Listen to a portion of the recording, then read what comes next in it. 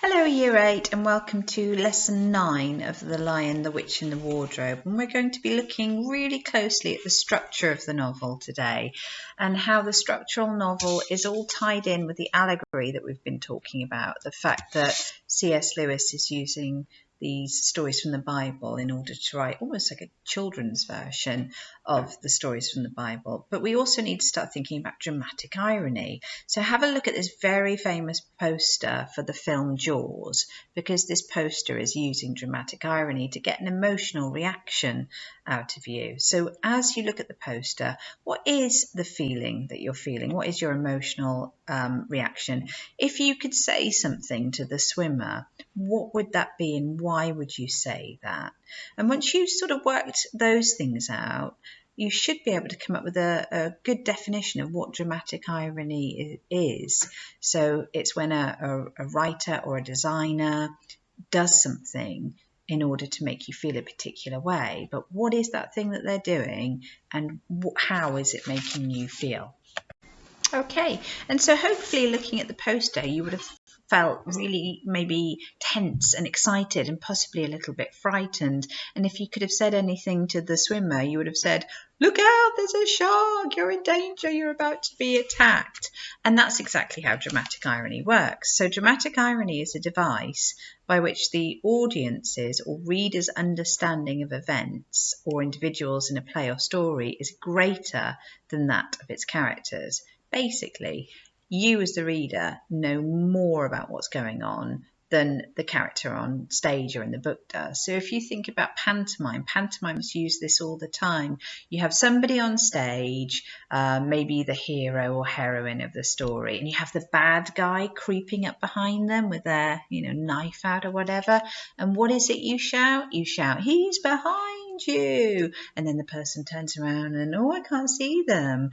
Now you are in a position where you're getting excited and having lots of fun because you can see the bad guy, but the character can't. And horror movies and scary films and things do this all the time. That's exactly why you get frightened, because you know what's coming and you can't tell the characters and you wish you could. It's like watching something terrible happen in slow motion, and yet you're not able to do that. So that's really closely tied in with the allegory in the story, and we're going to have a look at that in a second.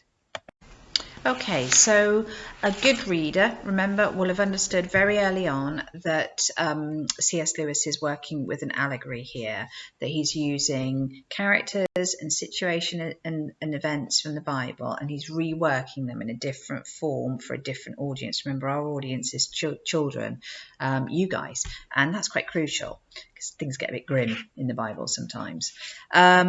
And because we have been tracing that story, we should be making some very sound predictions about what is going to happen. Okay, so task 1, just spend a little bit of time thinking about how that biblical story of Jesus continues. Okay, so in the Bible, Jesus knows that one of his disciples has betrayed him and he forgives him.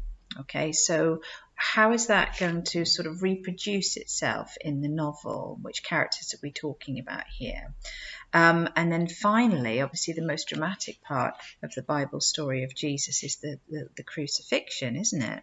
So Jesus accepts that it's his destiny to be crucified and to sort of die for mankind in order to save them. So how is that going to translate itself into our story? Okay, and you might be sitting there thinking, "Oh, miss, you've just spoiled the ending of," oh look, I've got balloons, the story. But it's always really good to kind of give them a bit of a stretch to blow them up. What you need to think about is the fact that C.S. Lewis is doing this deliberately because he's trying to create nice red balloon. I do like a red balloon. He's trying to create an emotional reaction, isn't he? And unless you were making these predictions, you'd completely lose out on that emotional reaction, wouldn't you? So it's getting quite big now. Oh, that is quite thick. It's always a bit of a struggle to tie that a knot in the end, isn't it? Okay, so just imagine that I always do this with kids in the classroom, which we can't do now, obviously. Just imagine that you're sat in the classroom with me, and I've got this lovely balloon. It's all lovely and shiny. Oh, look what else I've got on my desk. I got a compass. And it's got a really pointy end. Oh, look at that. Oh, it's quite sharp, isn't it? Do you know, some horrible child stabbed me in the arm with a compass when I was at school. What a nasty man. Well, boy, he's probably about 6. Anyway, it's sharp enough to cut you because I know I got stabbed in the arm with one. And I've got my nice shiny balloon. So what do you think is going to happen if I do? I'm not going to do it because I'm such a coward. I can't bring myself to pop a balloon, or if I do, I'd have to stamp on it with my fingers in my ears. But you get my meaning. You've sat there thinking, oh, she's going to pop the balloon, she's going to pop the balloon. And hopefully you've got a little bit excited about that and maybe even put your fingers in your ears. And that's tension, isn't it? Tension is when you know something is going to happen and you wish you could stop it. And you get excited or you get frightened. Without that, horror movies would just be completely boring, wouldn't they? Okay, because there's always that sense of, oh, don't go in the shower, you know what's going to happen. Oh God, why are you going in the shower? Don't go into the woods alone. Oh. So you've got to have that. You've got to make the predictions, and you should have a pretty good idea about what is going to happen next and how Aslan's going to be affected by that. So hopefully on your worksheet then for task 1, you've jotted down your predictions, and your predictions might have been along the lines of, we know in the Bible that Jesus knows he's been betrayed and forgives his betrayers, forgives Judas. Well, it's Edmund, isn't it? Edmund has betrayed Aslan. Edmund creates this kind of situation where Aslan is going to be forced to do something, and yet he completely, forgives Edmund for that. And if we know that in the Bible story, Jesus is crucified and dies in order to save mankind, then we should have a pretty good idea that the same sort of fate is going to await Aslan, and that should make us feel really frightened, really tense, really scared. So because we're aware of Aslan's impending means coming, something that's kind of coming towards you, death, but the children aren't, what are we beginning to experience as we continue to read then? Is Aslan also in the unaware of what's going to happen to him? Remember in the Bible story, Jesus sort of went almost willingly, didn't he, to his death, because he understood that he was predestined to do it. It had to happen. Have a look at this really short quote then. Please, Aslan, said Lucy, can't anything be done to save Edmund? All shall be done, said Aslan, but it may be harder than you think. And then he was silent again for some time. So again, if you're following the allegory, if you understand dramatic irony, you understand the thought processes that are going on inside Aslan's head, but which the writer isn't spelling out for you. We're inferring, we're inducing. And so how does that affect the way that we respond to the character Aslan? What is the difference between him knowing that to save Edmund, he's going to have to sacrifice himself and give himself over to the witch and die, and him being taken by surprise by that, not realising that was going to happen, and being shocked and appalled when the witch suddenly turns on him, because it has a huge effect on Aslan as a character, doesn't it? So jot your ideas down on your worksheet then. Okay, it's time to read 2 chapters of the novel, chapter 13 and chapter 14. And as usual, you've got the link to the online text, and you've got the link to the audiobook on YouTube and the timings of each of those chapters. So again, remember, if you're playing the audiobook, you're looking at the text as well. Okay, you're not just listening to it. So enjoy chapters 13 and 14, and then we'll have a little bit more of a think about how the writer's use of language and the structure of the text and the allegory is making us respond to Aslan. So our question then is, how does the use of dramatic irony and Lewis's language choices make the reader feel about Aslan? If we understand through the use of dramatic irony in the allegory, that Aslan knows exactly what he's doing in order to save Edmund. He's going to have to sacrifice his own life. He's going to have to just give himself over to the witch and let her kill him. She talks about the old deep magic, doesn't she? Then, you know, how does that make us feel about Aslan? And I've pulled out some key extracts here from chapter 14, and I've highlighted some of the key quotes in bold. So, when they're expecting to have to do battle with the witch. During the first part of the journey, Aslan explained to Peter his plan of campaign. But you'll be there yourself, Aslan. I can give you no promise of that, answered the lion, and he continued giving Peter his instructions. For the last part of the journey, it was Susan and Lucy who saw most of him. He did not talk very much and seemed to them to be sad. So he can't promise he's going to be there when they have to fight the witch. So what does that suggest? Where does that suggest he's going to be? Oh, it's all right. I'm going shopping in Sainsbury's. Sorry, you fight the witch. I've got to, you know, I've got my shopping to do. And also, he did not talk very much and seemed to be sad. Okay, so later on, as they continue to sort of plan this battle that's inevitable, wouldn't it be better to camp on the far side for fear she should try and attack at night?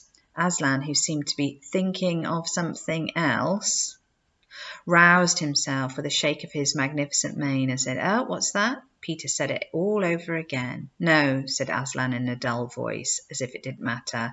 "No, she'll not make an attack tonight." And he sighed deeply. Okay, so what else is he thinking about? Is he thinking about the fact that he needs to wash his mane? How does he know that the witch isn't going to be, you know, attacking tonight? Because she usually watch EastEnders on a Friday. Or is the witch going to be doing something else with somebody else? And he sighs deeply, doesn't he? So again, inference, deduction, we can, you know, get inside Aslan's head, can't we? And we can really know what he's thinking about. Then we've got Aslan's mood, which affects everybody so deeply that Susan can't get to sleep. She wakes up in the middle of the night and sees Aslan going, and they decide to follow, remember?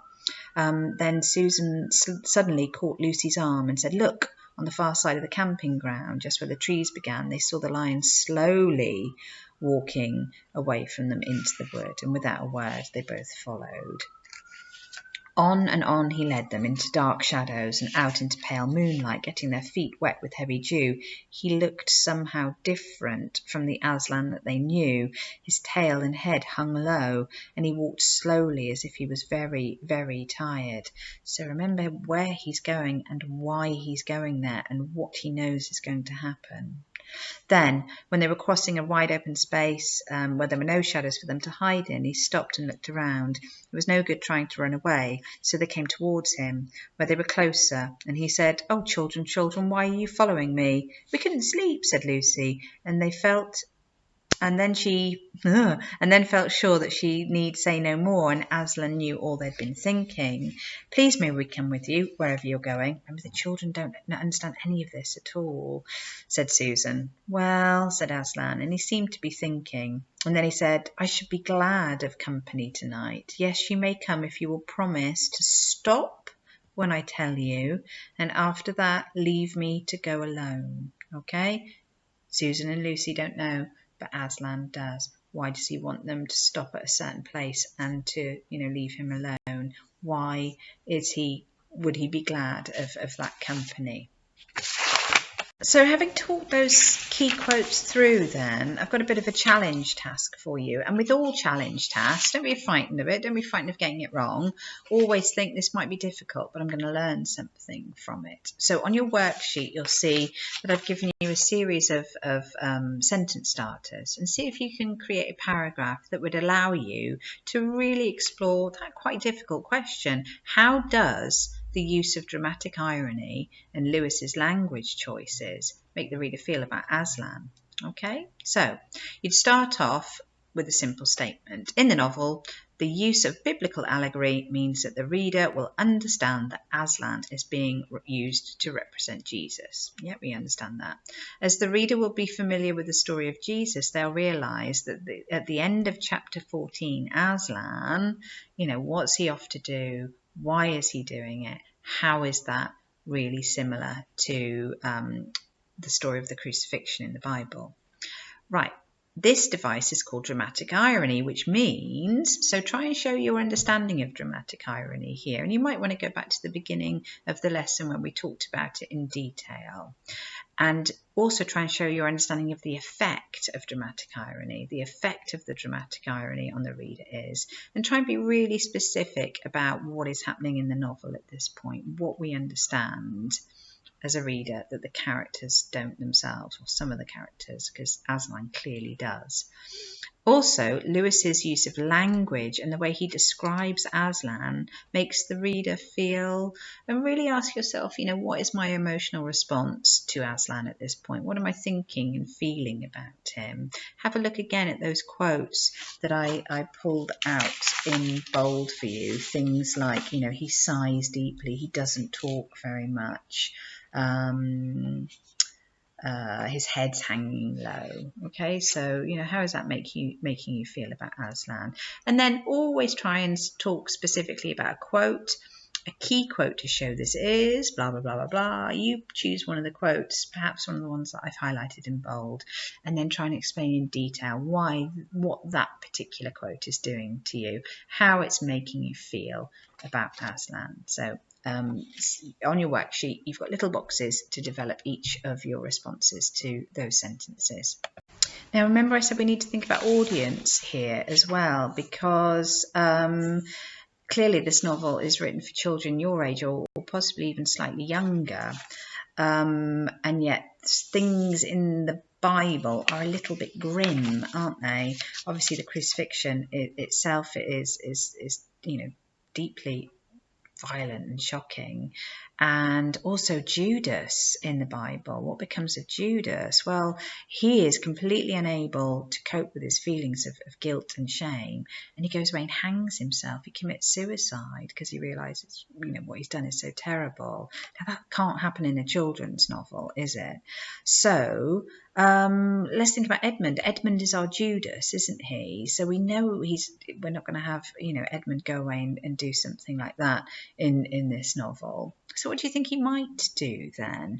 And then if we kind of add to that the moral of the story, because C.S. Lewis was really trying to write a story with morals to it. And a moral is a lesson that you learn from a story, isn't it? Think about all those fairy tales and things that you read as a child, and the moral of the story is, don't talk to strange people in woods, that kind of thing for Little Red Riding Hood.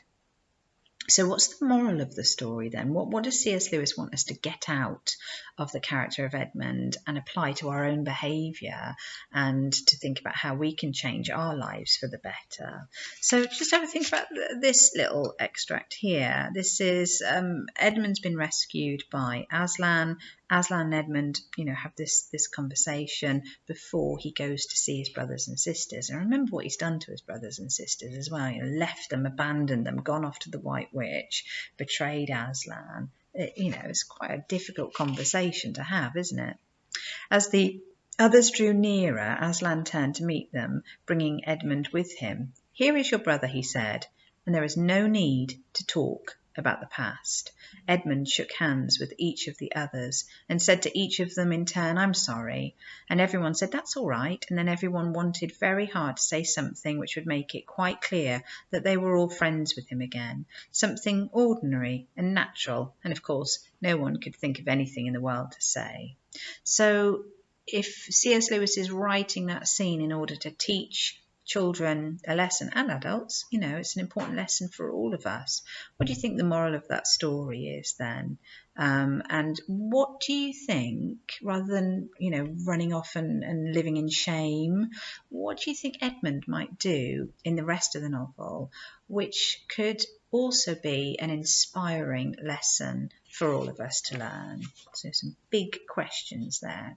As usual, complete your worksheet and send it off to your teacher in your normal Google Classroom. Bye bye.